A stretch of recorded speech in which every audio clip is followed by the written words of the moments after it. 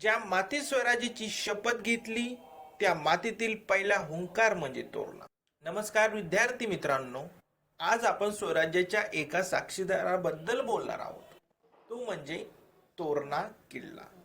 सह्याद्रीच्या कुशीत वसलेला हा तोरणा नुसता किल्ला नाही तर स्वराज्याची संकल्पनेची पहिली वीट आहे. आज याचं ऐतिहासिक महत्व काय होतं ते बघूया आपण.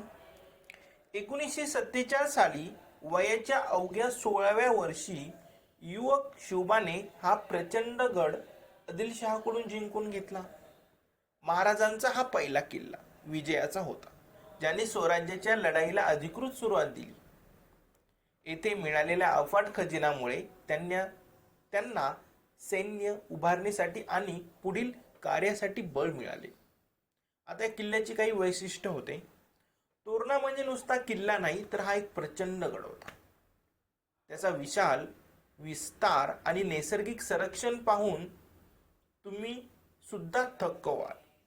येथील मंगळादेवी आणि बुद्ध लेण्या पाहताना आपण इतिहासाच्या काळातच जातो.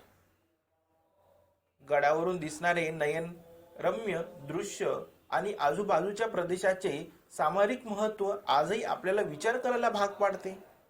शेवटचा संदेश तुमच्यासाठी आहे. तोरणा किल्ला आपल्याला धैर्य आणि दूरदृष्टीची आठवण करून देतो. एक असा गड जिथे स्वराज्याचा श्री गणेशा झाला. हा फक्त इतिहास नाही तर आपली प्रेरणा आहे.